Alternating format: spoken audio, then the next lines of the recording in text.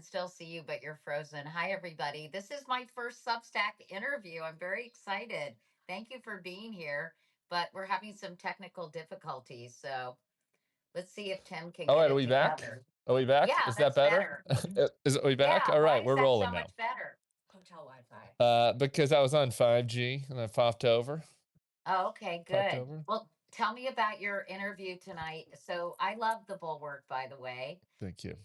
and I'm a subscriber. I love what you guys write, but tell me about the interview with Adam Kinzinger. I was saying that he's really been going off lately. I mean, in a way that's like, Adam, my goodness. Dude is unleashed. I love it. I want more unleashed politicians and ex-politicians. I'm trying to, well, hopefully he's not watching this. I'm trying to convince him to run for an office in Texas as a Democrat because I think that you can just do that now as a former Republican. I think as long as you're on the right side of democracy, you can do it. And I think that Democrats need more energy. I don't think he's actually going to take my advice. I don't know. I His don't wife know. might get mad. I interviewed him not long ago, Tim, and asked him about whether he was going to run for president. And he was super actually honest with me and said, I'm considering it, right? You guys didn't, Adam Kinzinger? Yeah. Usually people are so cagey when you ask them questions like that. And Adam Kinzinger was really very like straight up saying, something I'm going to consider, which I think this Rahm Emanuel thing is so weird. What do you think? It's funny. So I'll tell you a little secret since we're on your first Substack Live. I like tried so hard to recruit Adam Kinzinger to primary Donald Trump in 2020. And he really thought about it. And it was a hopeless endeavor. And so it's not really great when you're pitching somebody on an idea and you're like, hey, I've got an idea. I think you should do this. It's definitely going to fail. But I think that there might be some long-term benefits to it. And he really thought about it. So I'm not surprised that he's still thinking about it. I'll ask him about that tonight. I'll tell him we talked. The Rom thing, I also think is kind of strange. Um, but we'll see. I spoke to him once in the last couple months on the phone briefly. I'm hoping to get him on the podcast soon. And look, I think the Democrats. Look, I used to be Katie. I'm maybe getting crossways with some of my Bulwark colleagues like Sarah Longwell and others. The Bulwark is a place that we love norms, and I loved Poppy Bush, and I loved Reagan and Tip meeting together. Like we're a place that like we appreciate all that. And I was hoping for a while that we could beat Trump and go back to that where we disagreed on with comedy, but comedy, and we were and the rhetoric returned, and I just think it's over. I think once Trump's been around for a decade, I think that the coarsening of the politics is permanent. I was with a guy last night who I was with some younger folks who went to U Chicago here, and like they don't even remember before Trump. And so when they hear politicians talking in normal old school politician voice, it feels weird to them. And so I think if somebody like Rahm wants to throw his hat in and just be a bomb thrower, and maybe that will land. I think that we should be much more open to like what might possibly be a different path No, forward. I think you're right. I think you're right. I think like the culture has changed, and I think there's no turning back. And it's really hard not to get sucked into the coarsening of I mean, I can't believe some of the things people write and comments people make.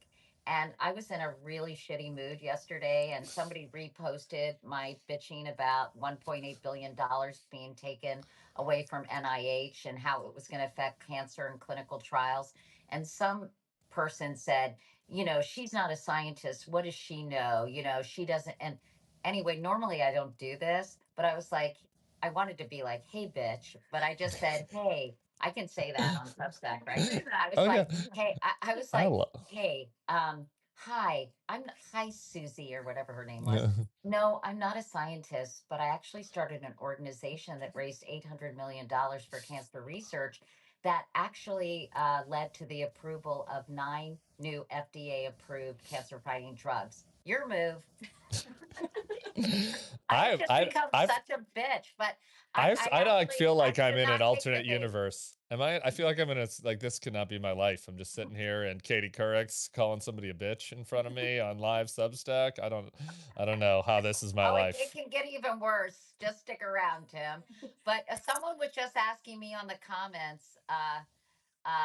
Didn't recognize my game. I don't know what that means. But what someone asked me why they thought, why I thought Pete Buttigieg, who I'm a huge, enormous fan of, couldn't be president. I mean, I haven't said that in so many words. I worry that America isn't ready for a gay president. What do you think, Tim? I, I'm going to answer that. But you know how I mentioned earlier that the Democrats should be open to creative new ideas and paths? Maybe cussing Katie Couric at 2028. I just think that's something to consider. I'm not going to press you on it. Okay. Whether you're going to rule that out. I don't. I had Pete on the pod yesterday, and I love Pete. I Oh, I love him. thought you said I peed on the pod, and I was like, ew.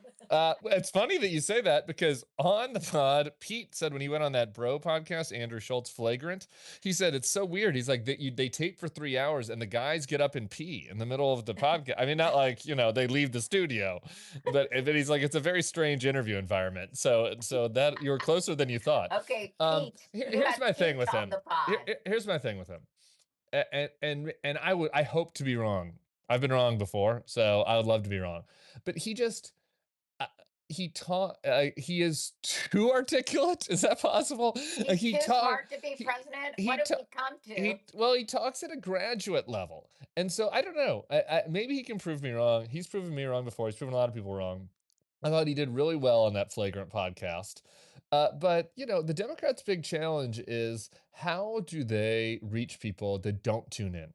People that are tuned out, that like if you just look at the numbers, if you're a daily reader of the news, Kamala Harris got like 60% of the vote, and the inverse if you're not, if you're checked out. So the Democrats got to figure out how do you reach people that, get their news passively through TikTok and social and, people that are, Facebook pages, right? yeah, and people that don't like the status quo and how things have been going. How do you sell yourself to that group if kind of are just the golden boy of the meritocracy who is in the last administration? Maybe he can do it. I hope he could do it. And I think to me that's a bigger challenge than the gay stuff. Yeah, I I think that you mean, could get over the gay. I think people could get over the gay stuff. I don't. The other thing I I'm not as hope sure about. I hope so. I hope they could. And I bet if, I mean, Pete's so smart, I think he could learn to talk in a more sort of direct, simplistic way. I mean, I so appreciate how eloquent he is when Yeah. he's answering a question. That was really the case with Hillary Clinton.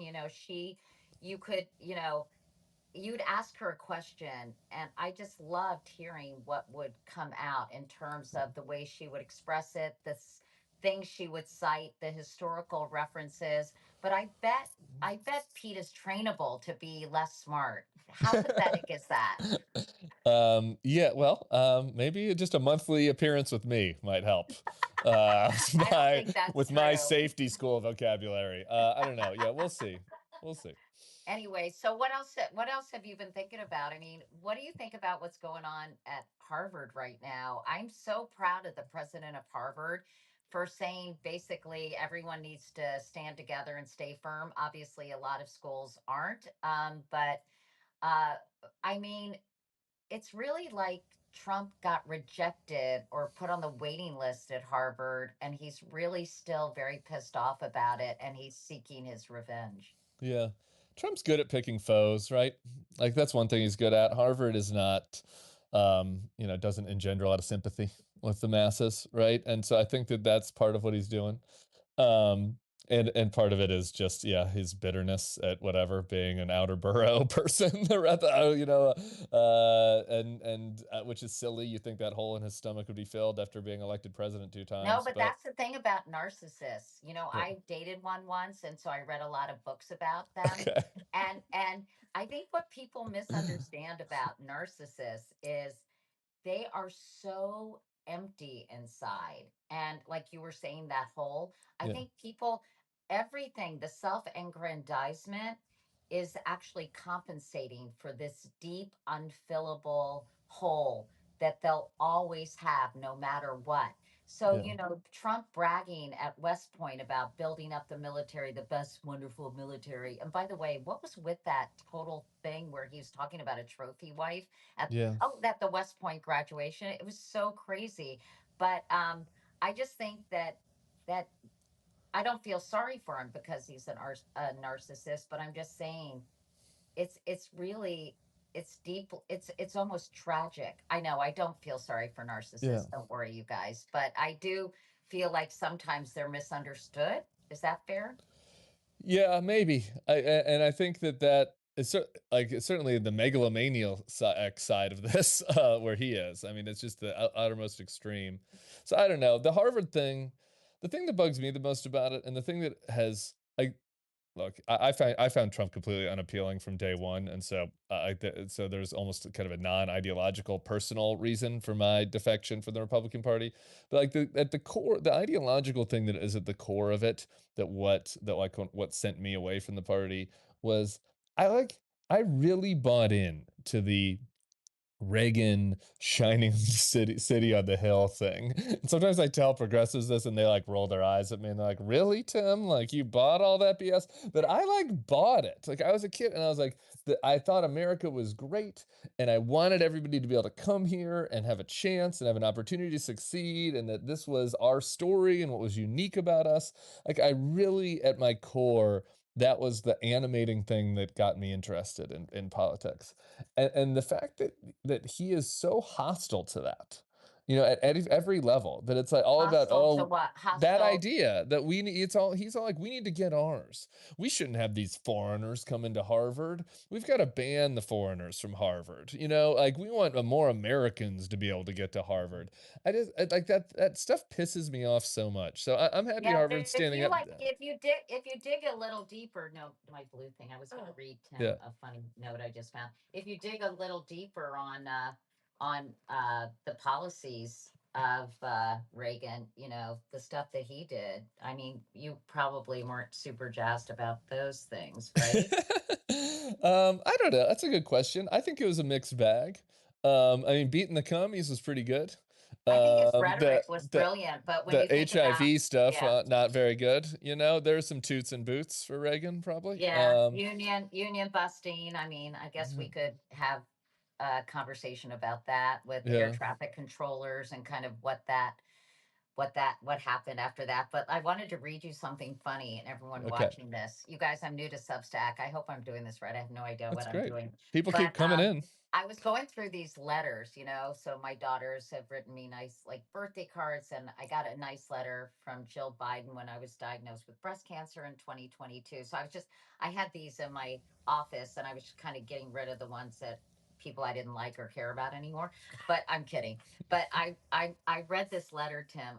I'm kind of embarrassed, but I'm going to read it to you Let's anyway. do it. November 14th, 2016. Dear Okay. President-elect Trump.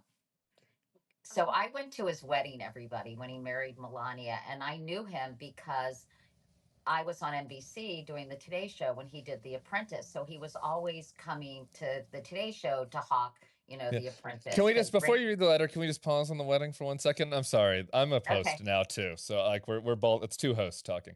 Um, what's it like to go to those kind of weddings where it's like the people there aren't like real friends from like, and it's just all like famous people and everybody's hanging out. Like what's the vibe like at those kind of weddings? I find that such a strange culture. okay. Well, I mean, it's kind of a crazy story. First of all, my date was Matt Lauer, so we could start with that. And Matt and I went because we were both anchoring the Today Show, and Donald Trump was on NBC. And, he only invited me because I'm on the Today Show. I have no illusions that he liked me as a person. I think he tolerated me. Um, Honestly, it was the wedding itself and the church was pretty. Melania looked beautiful. There were a lot of famous people, like I think Barbara Walters was there, Hillary Clinton was there, and but afterwards the reception was at Mar-a-Lago, and this is, I feel bad saying this, bad slash not that bad. It was really boring. Right. It was Well, really, was there really love boring. there? I don't. It felt like. Did you feel like you were on a TV set? I don't know. I'm like Honestly, I just imagining myself remember. there. I'm like, I this is so remember. strange. Yeah, I remember walking around the pool, and it was just boring. Yeah. Okay, Well, it's a sorry. third wedding, and it's not any real friends are there. I don't know. Patricia Like he West doesn't said have friends. nobody cares about Melania, according to Patricia West, who's Okay. writing this. Whatever. Yeah, Let's hear the anyway, but letter. I wanted to indulge you, Tim. So there Thank you you. go. Okay, so here's my letter to Trump in 2016, November 14th, handwritten, and for whatever reason, I made a Xerox copy of it. It's And I great never do handwriting. stuff like that because I'm super disorganized. But here we go. I'm actually going to vomit reading this, so please forgive me. Dear President elect Trump, congratulations on your historic and unprecedented victory. What an extraordinary achievement. I wanted to wish you the best of luck as you face the awesome responsibility of leading our country. There are huge, deep divisions, to be sure. I hope you will be able to start the healing process. LOL. I added that, please. And that many Americans will see many of the positive qualities I've witnessed for many years. I said many 3 times in that sentence. Please let me know if I can be helpful in communicating your goals and ambitions in the coming months. I know you're more of a traditional news consumer, but tens of millions come to Yahoo. This is when I was at Yahoo regularly, and many are your supporters in the heartland. Again, congratulations and best of luck, Katie. Well, Katie Couric 2028 is over before it started. There you go. The Democratic primary campaign. I think that clip will be airing in ads run by your opponents. Good That's Lord, rough. I'm so I mortified. I And wrote then, a I don't oh, have and it in then I front of me. wrote one. Oh, Then I wrote this one to Hillary. oh, that's a little longer. I've known her for a very long time. I did her first interview as first lady. This is how old I am, Tim. Back in the day in 1992, and did a tour of the White House. And looking back, it was interesting how they really tried to feminize her and kind of make her more into a trad wife, Yeah, which was really so insulting and grotesque when you think about it. yeah. But wait, oh, I have to wrap it up. Well, yeah, Tim has it out. Oh, you I'm have it good. out. We got 8 minutes. I've got one other topic I want to get You to. got It's eight fine. minutes, yeah. Okay, they're like, wrap it up. I'm like, oh God, okay. Anyway, I did feel The like, old TV show host in you. It's like, no, I it's a little know. chiller in the podcast vibe. I Anyway, used to the ignore Hillary. the time cues anyway. But all right. So wait, what else were we talking about? My letter that I wrote, so I didn't know Donald, thank God. I did know Reince, who was his chief of staff. He was my boss at the Oh, RNC. And me and Reince obviously had a pretty big falling out during the campaign over my anti-Trump advocacy. And so we hadn't talked in a little while, but like we used to talk a lot. Reince would ask me for my advice on stuff. And I just sent him a much shorter note than yours that was like, that also had a nice thing at the start. It was like, Reince, congrats, good luck. And then I just said, the most important thing that you're going to have to say over the next few years is no. And I hope you're able to say no when it's needed. wow. And he did not reply to me. And I don't think he ever said no. So Well, he I didn't take wasn't my he, advice. but wasn't he pushed out, Tim? He was eventually pushed out. Yeah, but it was mostly just because it was in that very first few months, the Trump thing was less about Reince trying to put barriers on him. That was more of his problem with John Kelly. It was more just, it was insane because all those people had gotten in and they were all knifing each other because it wasn't like a traditional White House, right? Where there was somebody that was expected to have every job. There was like the Bannon group and the Javanka side and then there were the traditional Republicans and they were all knifing each other in the press. And so I think Reince got kicked out mostly because he couldn't control the staff from like trash talking each other constantly. And what is Reince doing today? It's a great question. He has some appearances on Fox from time to time, I notice, and he's lobbying. He's probably making bank. The swamp is thriving in Trump. It's one of the great misnomers. These guys, it's unbelievable how much money they're making. It's disgusting. It's yeah. disgusting, Tim. And I don't get it. Like, how can the Trump family enrich itself to the tune of $3 billion? How can he take these trips to the East and you know what, build all these hotels and obviously the plane from Qatar. Now it's like fashionable to call it Qatar, but when I was there, I called it Qatar. Cutter. Um, which sounds very unsophisticated. So Qatar. But anyway, how are they able to do this? And how are they able to be so fucking corrupt? Sorry, you guys. Yes, I I love it. say fucking once in a while. We got, and they made Jimmy Carter sell his peanut farm. Like the whole thing is just truly unimaginable. It's because look, we had this. This is kind of what I was talking about at the start. And the Bulwark, we do appreciate all these things, but I think it's important to kind of live in reality, which is we had a bunch of things that I think we thought were like laws that were really kind of norms, right? That were really just like shouldn't do's, like. And that was true. And Trump broke all of them. He's just like, I'm not gonna follow this. I'm not gonna show you my tax returns. It goes back to day one.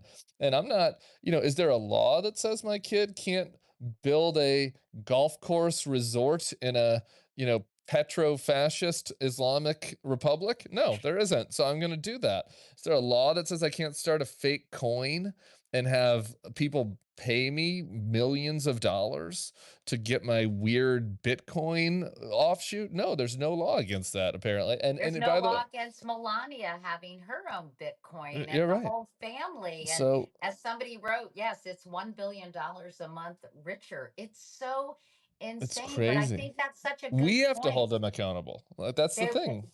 We'd have to do it. The people had to do it. And so far, they're falling short. right? Well, the most often asked question I get when I do interviews, Tim, is what can we do? And I never quite know the answer to it because people feel so powerless. Journalism and some journalists are really holding them accountable, but then you see like CBS folding, ABC folding and capitulating because they don't want to be sued or they don't want him to interfere with some merger with Skydance and Paramount. I mean, it's really scary. So, taking it to the streets like the Doobie Brothers used to sing. I mean, what do we do? Yeah. I take it to the streets matters. I get this question a lot too, obviously. I tell people getting involved in your community matters. Like sometimes when stuff feels like this I stuff is think that out of helps you. control. I think that helps you personally, and it obviously helps your community. And I totally agree with that when you feel like paralyzed Yeah. by not knowing what to do. But there is the larger issue, Sure. like what can be done to actually preserve democracy, Tim, Sure, right? for sure. And we look, I mean, some of the stuff is in the legal space. I want to get into one particular thing we're doing in a second, but I think I love the group Run for Something that my friend Amanda Lippman runs. I think that there's a lot, look, I think that the Democrats will do very well in the midterms. I'm not one of these people that believes that we're not going to have elections and that I think that they might try to monkey with stuff, but I think that that there is still an opportunity to stop them at the ballot box and that people need to run for more offices, more local offices, more House offices. Good people that are not traditionally thought of as candidates, I think could do better. I think the Democrats would do better with people that are like folks who are not lawyers or who are Like not. a farmer. I Yeah, remember right. reading about a farmer running for office, and he was so great. I don't know. I Yeah, should. I think that so encourage to find people, recruit people. I think that's one thing.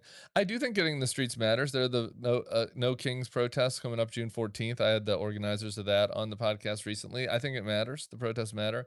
What we're doing, What about the whole thing, Tim, where people like don't buy anything for 3 days? Have those worked at all? I've gotten notices about that. Like, I just don't know that.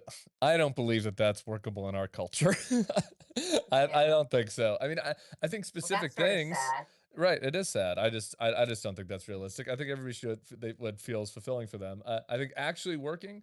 Look, and so this is the thing that I'm really focused on the El Salvador stuff, and I do think, you know, not buying things from I do think divesting from El Salvador is something that should be happening both at a personal level for people's consumption, but also, democratic states, shouldn't, treating El Salvador like they treat whatever North Korea or Venezuela. Our friends in Canada should be doing that in Western Europe. Like they should feel the squeeze. I think that's one thing. But look, I think that in the El Salvador situation, I'm doing a thing. If you wouldn't mind a plug, June 6th during World Pride in DC with my buddy John Lovett and Sarah Longwell, where we're holding a fundraiser and it's going to be a live show for the lawyers that are representing the Venezuelans that have been sent to El Salvador. I think in these cases, giving attention to this stuff so that it cannot just go away is important, is an end in itself, because Trump wanted to disappear these people. And by the way, they wanted to disappear more people, but they got stopped by the lawyers who were doing the work to sue the administration, by the judges that have ruled rightly, including a lot of judges that were appointed by Republicans, including the Supreme Court. Maybe has been wrong on some things, but has been very good so far on the immigration stuff. And so they've been stymied in how many people they wanted to send to El Salvador. It was going to be a lot. That first group was 250 or so. They haven't sent more.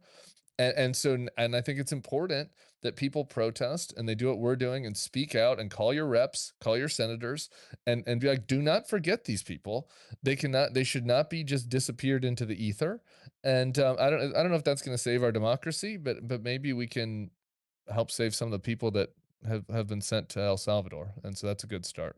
Yeah, definitely. I'm glad you're doing that. I wish I could come, but I'll be interviewing Ellen Pompeo at Tribeca. All right. Well, that sounds fun. Well, we're both doing something. Yeah, I'm really doing my my job for democracy. But she seems nice, by the way. I'm not putting her down. I'm just No, of saying course you're not. doing something very worthwhile, and I'm interviewing Ellen Pompeo. Anyway, all right, Tim, I think we're out of time. But you guys, this was really fun. I love talking to you. I'm supposed to be kind of unplugged on this platform, right? Okay, And I think we're I unplugged. was. I think I was. That was great. There's Let's so much to talk about, and honestly, I'm consumed by all of this stuff 24/7. I would love to talk to you about a million things, Tim. So maybe we can do this again. I would love to come on the Bulwark pod. I'll come do your thing, whatever. We'll talk. I'll have Okay, your and as people I talk said, to me. I don't have people, but I'll have your I, people talk to me. I'm a big fan. I only have a few people. All right, thanks See you, everybody. Katie. Bye. Bye. See you. How do I get out of here? Got you.